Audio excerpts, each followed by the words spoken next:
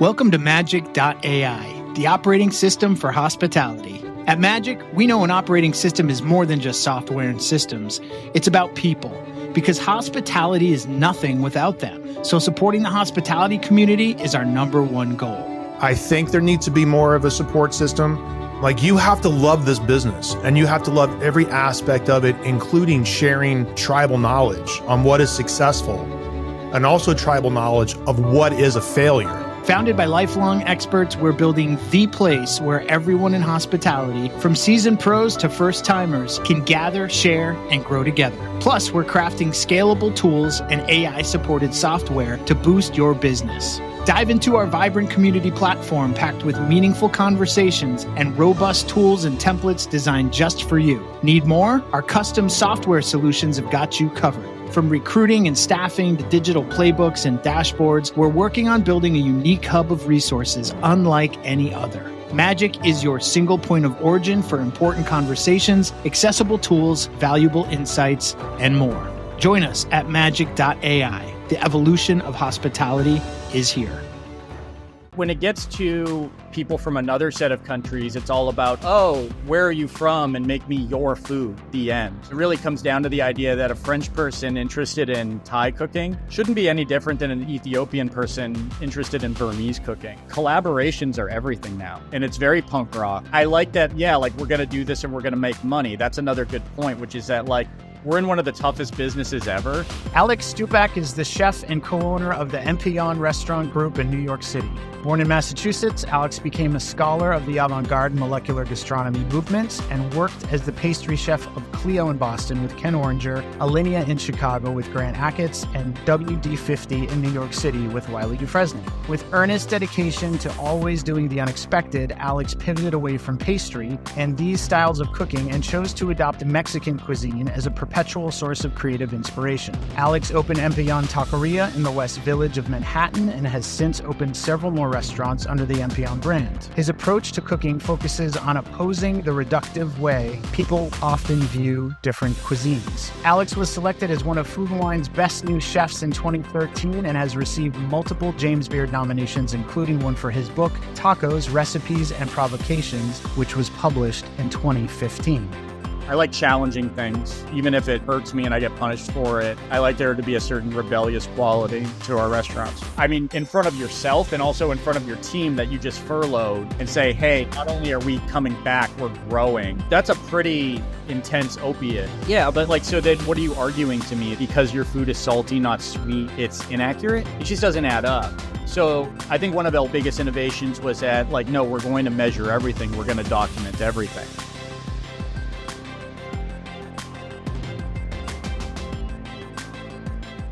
Welcome, Chef. Thanks for having me. Awesome to have you. I wore my Red Sox hat for you today. Well, actually for all of us, because we're all kind of unapologetic massholes on this I have no horse in that race, by the way.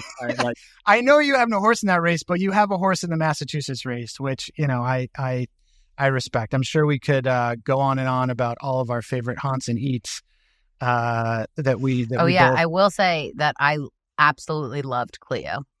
My wife and I lived in Back Bay, and we ate at Clio a couple times, and the food was fantastic. That was a special restaurant for me. How to say it? When I was getting ready to pick a externship for culinary school, I knew I wanted to go to someplace great. I also didn't want to go too far from home. So I think Massachusetts, Boston was the logical place. So, but in staging around, once I went to Clio, I stopped looking, because it was just clearly different than anything else in Boston. And you obviously are special to them, because I remember attending their 20th or something that they had, and they had a bunch of chefs back to cook. That sounds right. Yeah. That's right. That was like an amazing, amazing night. Anyway, so there's so many things we could start with, and I know that 45 minutes is not going to be enough time for us, but I'd love to kind of get into it a little bit, talking about your concepts. You've established a really kind of singular concept in some ways and disseminated it into kind of 4 locations. You clearly, have found a cultural framework that resonates with you, hits with you on so many levels. and as well for your diners. And so I'd love to hear a little bit about kind of the ethos behind your restaurants. Yeah, sure. It's not a nice, neat little package. It's hard to describe in a concise or marketing friendly way. The undercurrent is the idea that there's a certain set of cuisines that get to roam and play around and, I guess, explore and observe. And then there's a whole other set of cuisines that don't. And they get limited to this idea of tradition or authenticity. And not that those are bad things. It's just more that how we use them in the United States that bothers me. So the way I would explain it is that take any French chef out there and they get to do three things. They get to sell you a story about their grandmère and the friggin' farm they grew up on in Lyon and how they pressed apples and they get to sell you the tradition angle. They also then get to tell you about how they took a trip to Thailand and on this voyage, they learned about galangal and they get to put that in their food.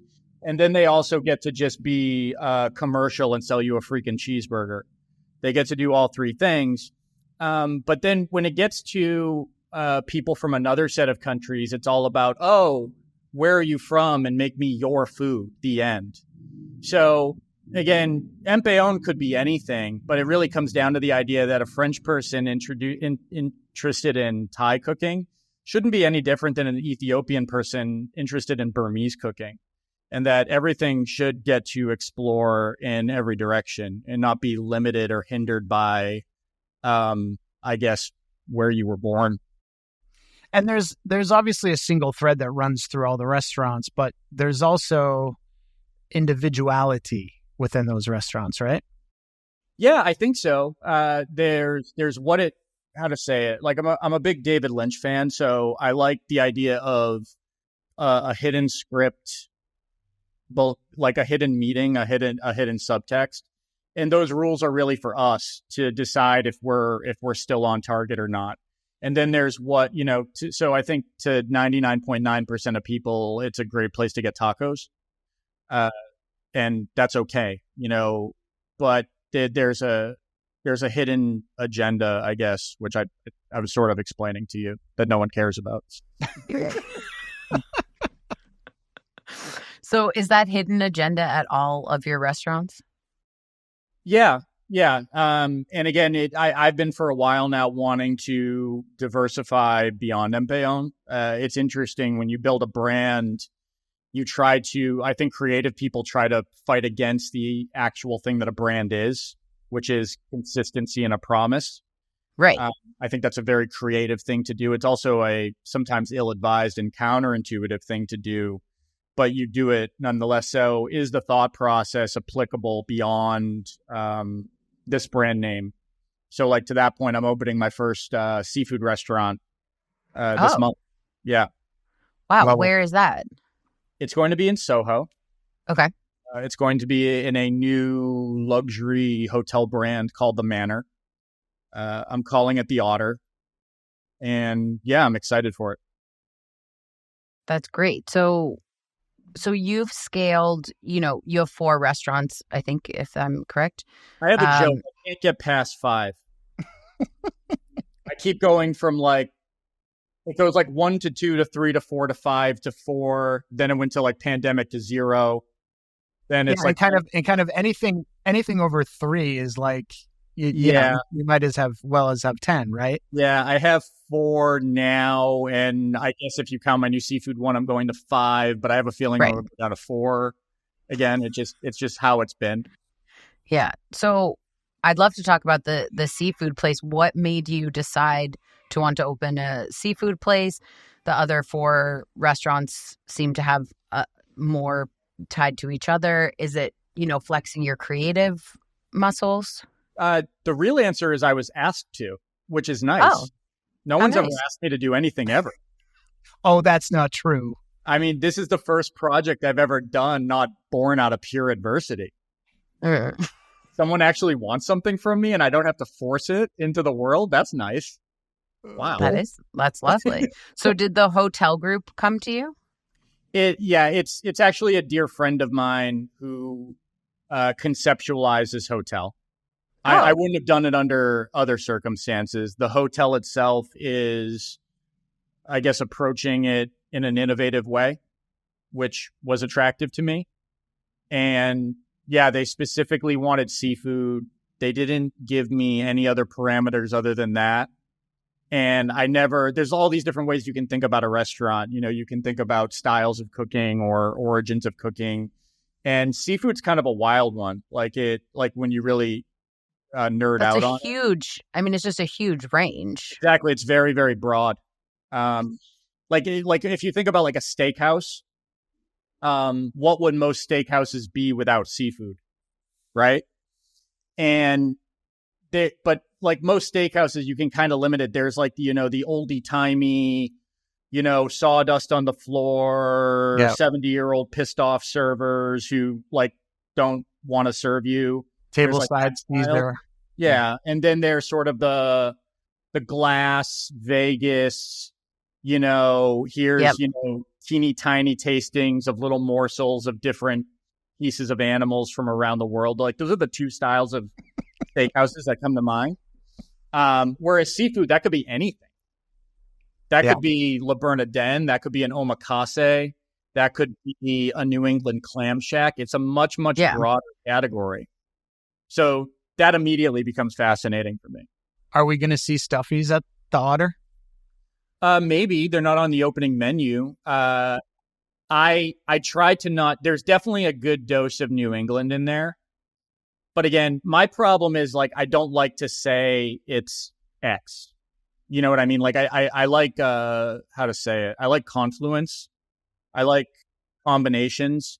So like if you look at any great cuisine that is like deeply rooted in its tradition and its authenticity and its like, redneck attitude of like, this is how we do it where we're from. Those things are all born out of extreme confluence, extreme change. And you can say that about Mexican cooking. What would Mexican cooking be without Spain and the Middle East getting involved? What would Italy be without China? You know what I mean? So I've always found that to be like the time scale of humans is, rather small. So, 100 years isn't that long of a period of time. So when people say like, I'm from the old country and things were always done this way. Well, if you want to go back further, they weren't always done that way. They were actually radically friggin' different. So it's just, again, no one cares about this but me, but it's just always a fascinating topic for me. And I like it, I like challenging things, I even if it hurts me and I get punished for it, I like there to be a certain rebellious quality to our restaurants. Oh yeah. Yep. So developing this menu, where are you finding inspiration for this menu for the restaurant? Where are you finding those moments of confluence, if you will, that you enjoy so much in your cooking? I think it becomes, interestingly now, I'm starting to get more into the restaurateur side of it than the chef side of it, if that makes sense. Like I'll always be a chef. I have this reductive way. Everyone in a restaurant is one of three things. You either were a cook, a waiter, or a bartender. So whatever director you become or whatever fucking VP of culinary operations for the, Northeastern division of whatever group you're working for, you were one of those three things, So I think the chefy part is very egocentric. I think often the chefy part is very like, well, I'm what's making it. It's coming from me. And that's one way to do it. I've gotten more situational. Like, again, now that I've done multiple restaurants, like, it's like, okay, well, where is it? It's kind of like, I don't know, like in my spare time, like my hobby is gardening. And you think about it, it's like, if you have a site, you can plant the wrong plant, or you can plant the right plant. Let's say the plant is an idea. It's a great idea, but you put it in a place where that idea is not going to thrive. and then it's not working. That tree isn't growing and its leaves are getting yellow and they're falling off. And it's like, and you can water it and fertilize it and call other gardeners to help you. And that's a really great analogy, because it's like you have the greatest idea on earth. You plant it in the wrong situation. There's nothing that's going to fix it. Nothing, So you're saying as a restaurateur, you have the ability to find the right place to plant the idea? Well, there's two different approaches. There's like I'm me, and I've decided what I'm going to do, and then I'm going to find the right situation for it. Okay. Or there's the inverse and saying, I found this place, I really like it. What does it want to be? So it's more objective. And in that way, you are not the restaurant. Yep. You are not it. And by the way, you still can inject a healthy dose of ego into that. You want it to be great, right? But you are not it. You are not the business. And yet it's interesting because sometimes we have the perfect patch of dirt and the best strain of plants, and no matter how much we water it, it just won't do its thing. And, I can speak on that through what I experienced at Townsman. I think that was a real learning opportunity for me to learn all the things I didn't know about the business in a pretty painful, very public way. And you've been through a little bit of that. I mean, circumstances aside, circumstances don't matter, but I'd love to talk a little bit about Misha and kind of the story there and how Misha came to be, and then ultimately why you decided to end to close there. Yeah, I mean, the short answer, I don't like getting into too many details only because I don't want to make it seem like it was someone's fault. You see what I'm saying? Definitely in talking to the media, they really reached out to me and they wanted to know why. I mean, the answer is always why a restaurant's not working is because it's losing money.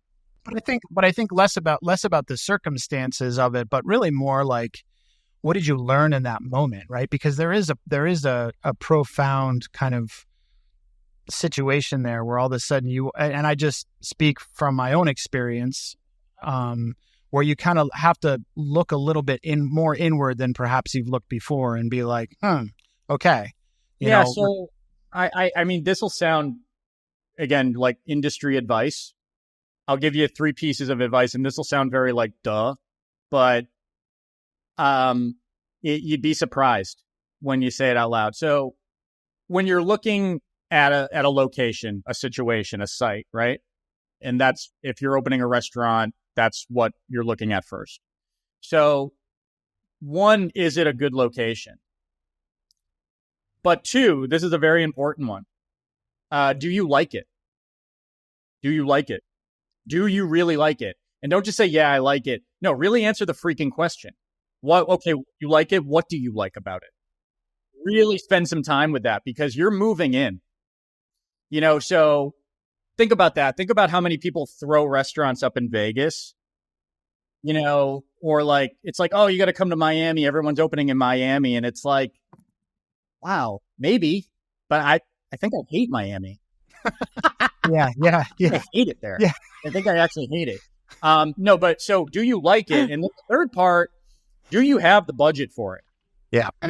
And be careful. Like if you can't answer those first 3 things, I think it's a non-starter. Yep. But I think number 2, like if you really reflect on that, do you really, really like that space? Like, would you go in? Like, I think those are very important questions to answer. And again, it's like, say it, growth. The new restaurant I'm opening, that'll be my 8th opening. And that'll bring me to, when I have that place open, that'll be 5 places. So again, just the pain. I used to be so addicted to the idea. Once you get the idea, yeah, that's it. You're obsessed with it. It must exist. That's the creative part of it. Like you have to put this in the world. Yeah. And I have those ideas still.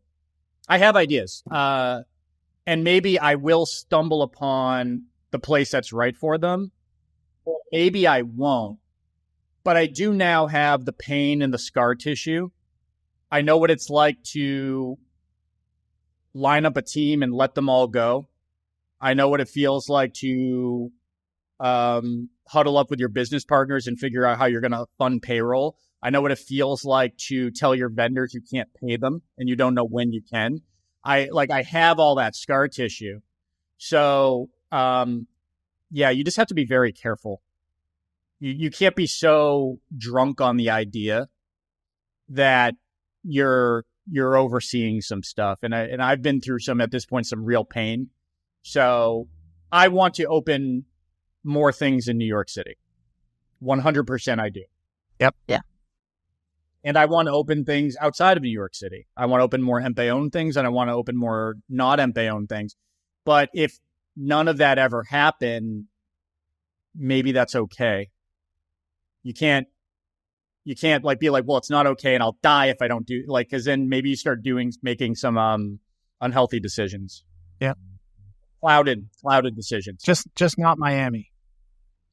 Hey, no, and I'm not saying that. I'm like, hey, maybe I'll find just the right black linen pants and the perfect death metal guayabera and whatever. No, I'm not disregarding it. I'm just saying it's important to ask that question. Yeah. So do you feel clearer on those three things that you recommended, when looking at a new space? Do you feel clearer on those for the Otter? 100%. Yeah. Yeah. It ticked off all the boxes. My only context for opening restaurants is New York City. Right. So, and I'm sure and again, that's another thing. People are always like, the restaurant business is tough, and the grass is always greener mentality is an extremely human one. So when it's hard in fine dining, people are like, oh, I'm going to go casual, or it's like, no, fuck restaurants. I'm going to do a QSR, or hell, I'm going to get the packaged foods, or New York City's too tough, so I'm going to move to the suburbs. I just believe everything is extremely difficult in different new ways. Yeah, it's business ownership, right? I mean, you're always going to be in for a surprise. My experience in New York City is that you go 2 blocks in any direction, it's a different ballgame. So, and it's going to be hard in every direction you go. So, do I want to open in the Upper West Side? The answer is absolutely not. I was looking at no, I hate brunch. I have no, I have no connection with the people there, and that's just in your own city. So yeah, no, this new one I'm doing definitely checks the boxes. Misha, in retrospect, did not check those first 3 things. But you were so excited about the idea of Misha that you think it clouded a little bit of looking at those first 3 things? Well, that's not fair either. It's a perfect storm. Sure. That restaurant was bought and paid for before the pandemic. But what you paid for, you didn't get the same thing after the pandemic. Remember when we were all talking about how expensive plywood was? Yep. Right? Yep. So yeah. You designed a thing, and then it got mothballed for 2 years, and then it woke back up. Now, think about, that's a unique aspect, because we were all sitting in our apartments or wherever wondering what the hell we were going to do and how we were going to get to the other side of this. So to have growth, to dangle growth in front of yourself and also in front of your team that you just furloughed, and say, hey, not only are we coming back, we're growing. Well, that's a pretty intense opiate. That was a very important management tool for us. Yep. So and that was a very rare, unique situation that I hope happen in our lifetime again. So it wasn't that I was just so hot on the concept, and I was so hot on the idea that this was going to be my first ever non-Empellón, and I will never be pigeonholed ever. I'm a pastry chef, screw you, I'm making tacos. You think I make tacos till I die, screw you, I'm doing this. It wasn't just that. It was this, sort of light at the end of the tunnel COVID thing. So it was a perfect storm. So you were saying earlier in our conversation that Empellón kind of eschews any traditional concept of marketing in terms of kind of like what it takes to, I guess, get people in the door or build the concept culturally within New York City, right? But there's got to be some kind of marketing takeaways at this point in your career that you've seen either work or not work. What works for you in this moment with the restaurants that you have? In terms of marketing? Yeah, just in terms of awareness and, making sure that you're kind of tucked into your customer base, you're continuing to build awareness and bring people in. We continue to do, I suppose, what are all the traditional things right now. So we still definitely do email blasts. We definitely calendarize our social media. I kind of pocket things into 3 categories when it comes to marketing. There's seasonal stuff. So look at your calendar seasonally, and it's like, hey, Valentine's Day is coming up. Is that relevant to you? That would be a seasonal thing. There is perpetual, meaning we sell tacos and margaritas. We will never stop. So there's that angle. And then there's, I guess, sort of the one-off stuff, and the one-off stuff, again, I haven't been embracing this, but what's very interesting right now is that, our generation, not to, I think we're a similar age, not to age us, but I think we were brought up with the idea that anything that is remotely commercial, is shameful.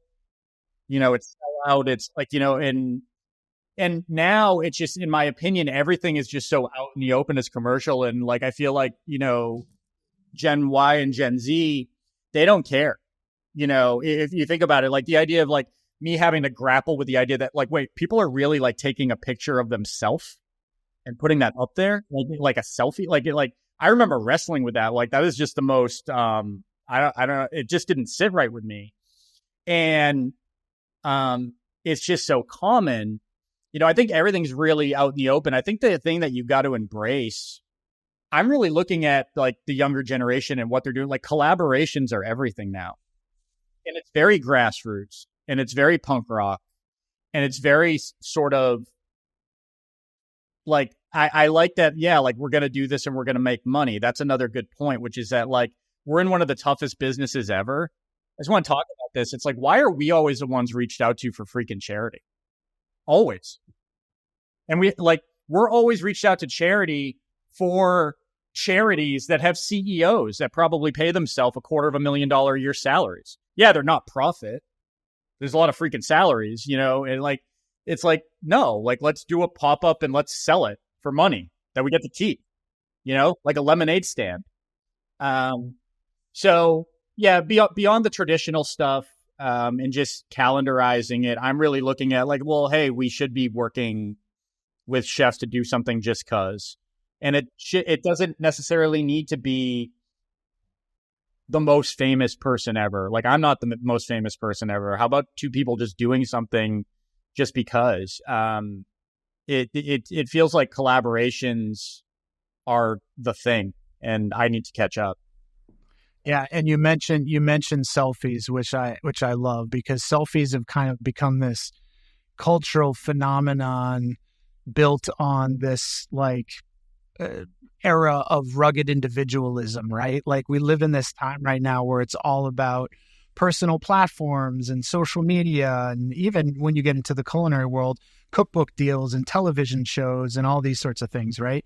You've managed to somehow navigate a career where you're building a unique business with really fucking good food and really fucking great service, but you're also building a personal reputation, right? And I think that's really interesting. And I don't know if that was intentional or it was organic or whatever, or you don't give a shit about that stuff, but I do think that there's value in talking about it, because you're, for those of you who don't follow Alex, he's a great follow. You're a family man, you're a businessman, you kind of do all the things. But you've also had your moments on the Food Network and on television shows, and you've written cookbooks. And so I guess I just wonder how that happened, if it was intentional, and do you see that part of your life benefiting your business? It hasn't been intentional, and again, the TV thing. It's funny. It's now it's I'm dying to be on TV. Please, for the love of God, I want to do it so bad. Somebody book me. I'm so ready. I'm ready to sell out. I will endorse whatever the hell you tell me to. I am a monkey. Maybe somebody listening is going to put you on TV. I am a monkey ready to dance. Tajin is calling. Tajin is calling. Yeah, it's interesting. No, the things I got asked to do, it was pretty organic in terms of the TV thing. And looking back at things I've done, I feel like it was at a time that I was taking myself too seriously. We're interested, thanks to social media and all this, we're in a much freer time. So to me, it's okay, if Instagram used to be here's this sick shot of what I've just made, we're definitely numb to that now. So now it's all moving, it's all talking. So all I can really do is mock myself and the whole thing, and just sort of declare myself a successful person and an influencer, because that just seems like how it is. But it also, again, it's consumption. Yeah, people consume your restaurant, they consume the food, but they also consume the idea of it, the ethos of it, the room, whatever. TV could just be another form of consumption, to express ideas. Sometimes you have a really great idea, but that idea in the hands of your cooks 7 days a week, and did everyone get it? And it's not working, and you only sell 3 of that dish a week, so it's hard to keep it fresh, et cetera, and so forth.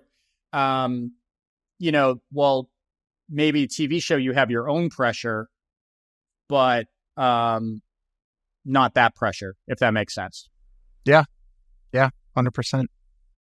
You've mentioned your teams a couple of times since we've been chatting. What is it like to run 4 different teams of individuals as a leader, and disseminating your creative vision to 4 different kitchens and maintaining sort of your outlook or your brand or your quality, your standards across the board with so many restaurants?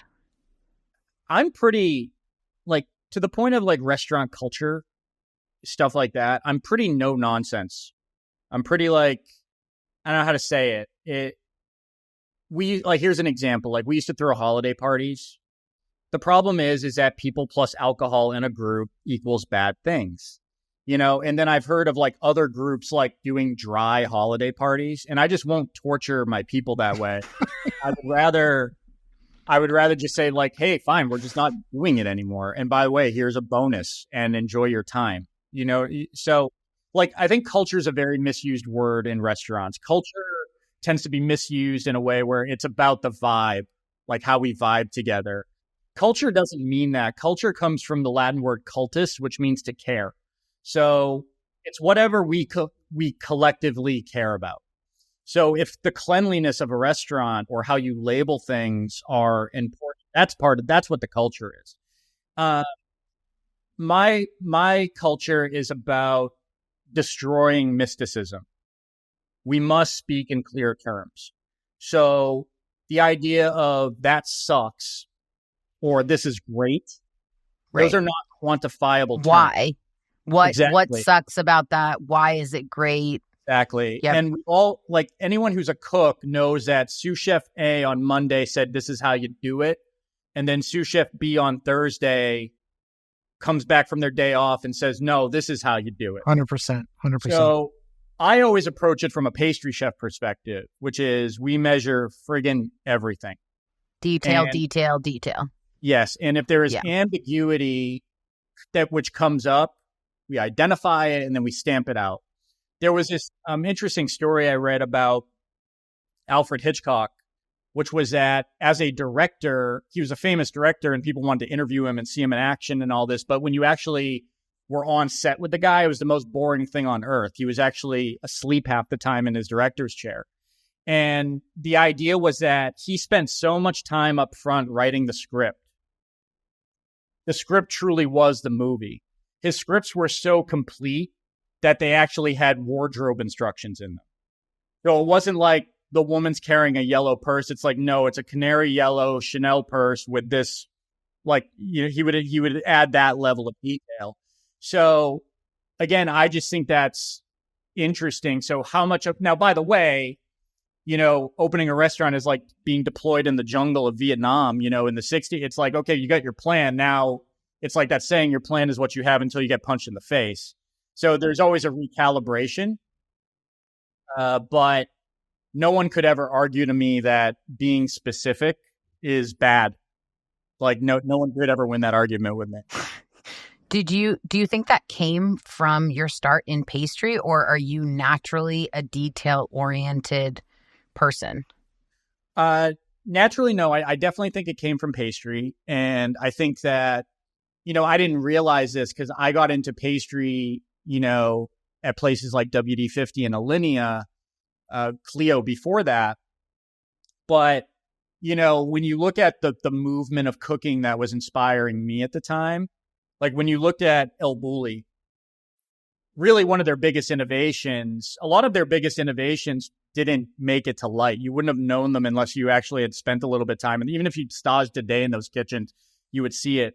But the idea was that they ran the entire restaurant like a pastry kitchen. So like, how many times have you heard people say like, oh, pastry, I could never do that. I'm a chef and I just don't like being so accurate and so exact. Oh man, I hear that all the So I was trained in pastry and baking, and I hear that quite a bit.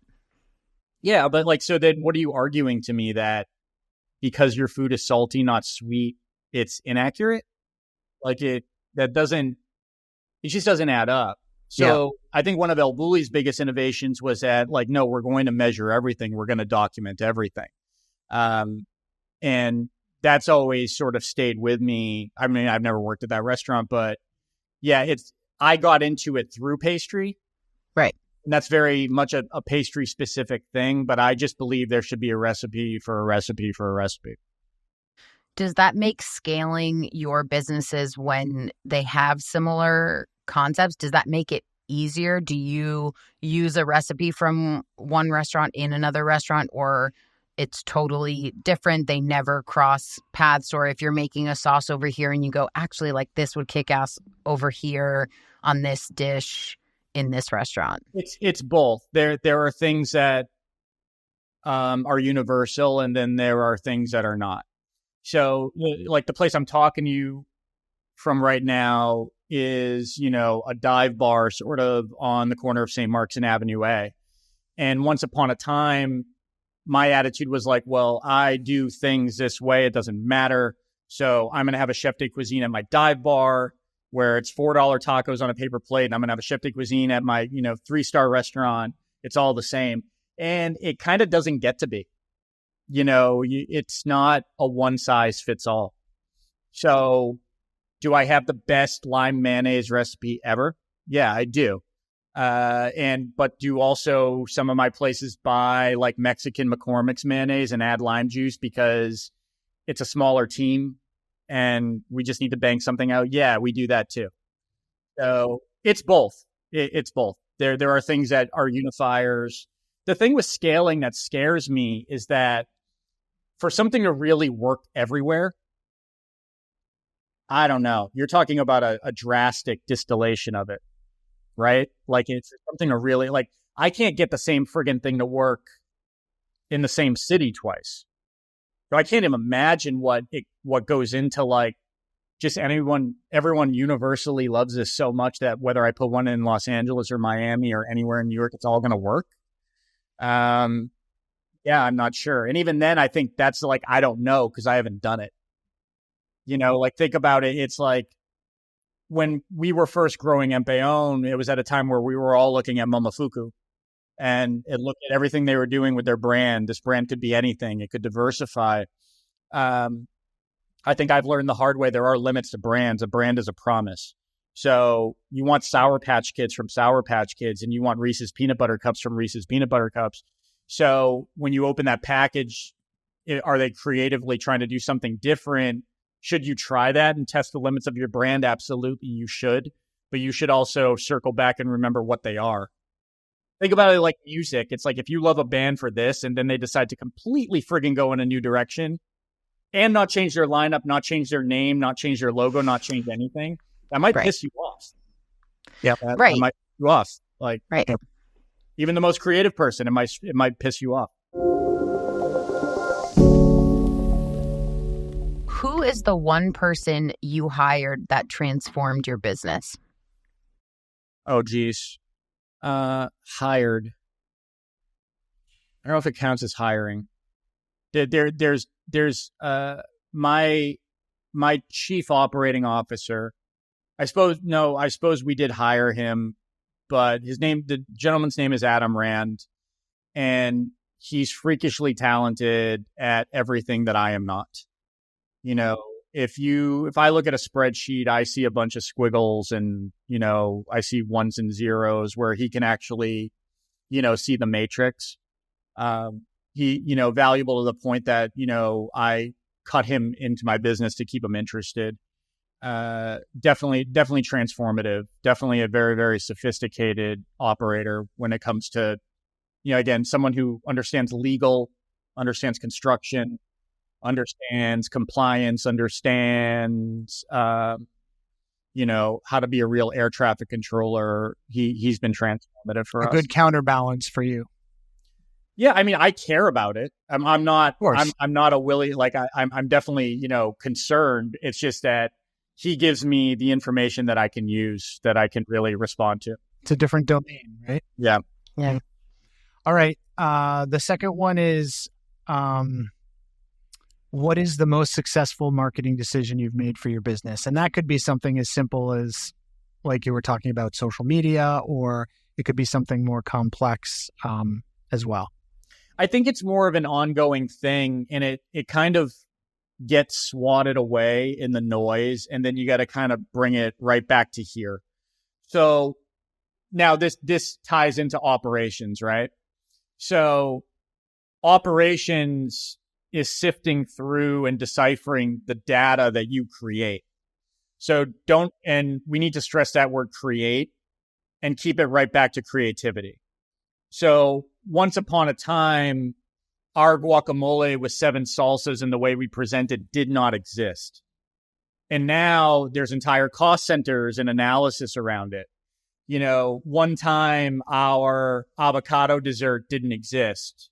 And now if I just raised my hand and told my team, hey, we're taking it off the menu, they would be very, very scared. So I think for us, creativity has to be the greatest form of marketing. The product itself must be the marketing. So we're even talking about that now, where it's like, well, hey, it gets really scary once things are working and you haven't changed a whole lot or radicalized a whole lot in the last, 6 years. So rather than say, hey, come, we have food still, come buy it for Christmas, like marketing.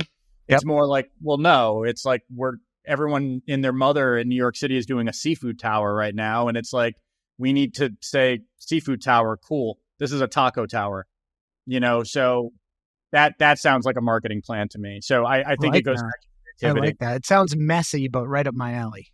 It like, again, make something exist that no one ever knew they wanted. Yeah. So then you can never, ever take it away. Yeah, exactly. Convince them that they're going to need it the rest of their lives, right? Right. Okay, last one. What is one tool you use every day? One tool? Well, definitely my laptop. It can be anything. Laptop. I have a massive issue with like notepads. Like I could like look right here, right? Like 1, 2, 3, 4, 5, 6. Tell me that those are yellow, legal ruled. They're the white legal ruled. Okay. Yeah, Cleaner. I can't live without a notepad. I only use the front page of each one. So each one of these is an open folder on my laptop. So I love it. I love We'll it. live without these. Another thing I highly recommend for anyone in the industry is this. I'm not sponsored by these people, but I would like to be. This is an Olfa art blade. So whether you're, you don't look, we're chefs. We have multiple places we're moving around. So whether you're showing someone how to slice something really thin, or you're opening a box, or you might feel like you need to shank someone on the subway in self-defense, I always have two of these Prepared at all times. in my pocket. Yeah, here, I'm going to prove it right now. I got another one right here. Like these. So once you said it's called an Olfa? yeah, the Olfa blade, Olfa art blade. Okay. There's Wow. different angles. I highly recommend this one, the severe, I think that's a 45-degree angle. Anyway, these will change your life. Once you have these, and you're going to need it for everything. Like doing arts and crafts with your daughter, the whole thing. Yeah. So Speaking of which, That's the incredible. kids are huge. I hope Lauren's well. It looks like you guys got a little time to enjoy yourselves this summer, so that's good. yeah, it's interesting. I'm not one of these ones who makes it my identity. Like I'm currently day 48 no alcohol, which is a very long stretch Wow, for good me. work. I'm gonna do 90 days, and it feels, the side effect of that. I mean, I always feel like I'm a good dad or whatever, but it's weird. I haven't had a drop of alcohol this summer, and yet I'm enjoying it more. So Hell it's yeah. been special. Matt and I both understand that. Yeah, the kids, look, they're the bright spot. They're two things at the same time. It's like no one tells you how vulnerable you become as a parent. How as a parent, the world now has you by the balls. It just does, because you are at service to these human beings, and you have to take care of them. So your business doing well, all that stuff, it really all ties down to that. So they're the bright spot in it all, because they're what you're doing it for now. They're also fucking terrifying because you have to do it. So right now it's look, we just closed a restaurant. We're in summer. Everyone's on vacation. No one's going out to eat the last 3 weeks. My seafood vendor is going to put a hit out on me. The whole thing, it's fucking scary. And it's not just scary, whatever. It's it's scary. It's shit. I gotta I'm actually hoping there isn't college when my kids are old enough. Trades, baby, trades, Yeah, I'm hoping the AI thing really does become what they say, and Skynet does it all for us. And it's hey, we could still be short order line cooks, right? People are still going to want to eat omelets, and I still think I know how to make one of those. So That's right. yeah, Right. We usually ask this question at the beginning, but do you have a guilty pleasure for under $20 that you absolutely love? Though after speaking with you, I feel like guilt is maybe not the appropriate word for you. I'm not sure you feel I think you would feel okay about whatever you chose, is what I mean by that. yeah. I have a lot of cheap pleasures in my life. I mean, it's not really interesting. I'm a candy person. What's your favorite candy? Oh, geez. It's either between High Chew, Sour Patch Kids, or Mambas. What are Mambas? A forgotten one, and Mambas have a raspberry flavor, and raspberry is actually a very, very hard flavor to nail in candy, and they do it. So yeah, it's there's a famous store in New York City called Economy Candy. And you could get all this stuff, but I like taking my kids there and let them pick out whatever they want. But it's that whole scene of the kids going nuts and Willy Wonka. My kids are I'm like, that's all you got, loser. I have baskets. It's so any given thing could be $20. I'll spend $20 just on Mambas at that trip. But yeah, no, I literally, I'll get up to the register in line, and they keep ringing up, and I'm like, yeah, it. So yeah, I have a candy shelf. I have a candy cabinet in my apartment, a glass display case dedicated to candy. It sounds That's fantastic. dangerous. Yeah. And alluring. but I don't lock it. And I let my kids eat whatever the hell they ask. Yeah, they ask me permission because they have to ask my wife permission. My wife is the disciplinarian between the two of us.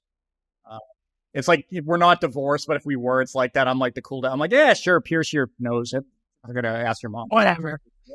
You know, like, yeah, I'm definitely that. Chef, listen, we're gonna let you go. I know you got a lot going on. This has been super awesome, and I'm so glad we were able to connect. And great to see your face. And we owe you a trip down to eat for sure. But no, I owe you a trip. Don't come here. I want to go there. You guys are welcome here anytime, man. Anytime. Vermont.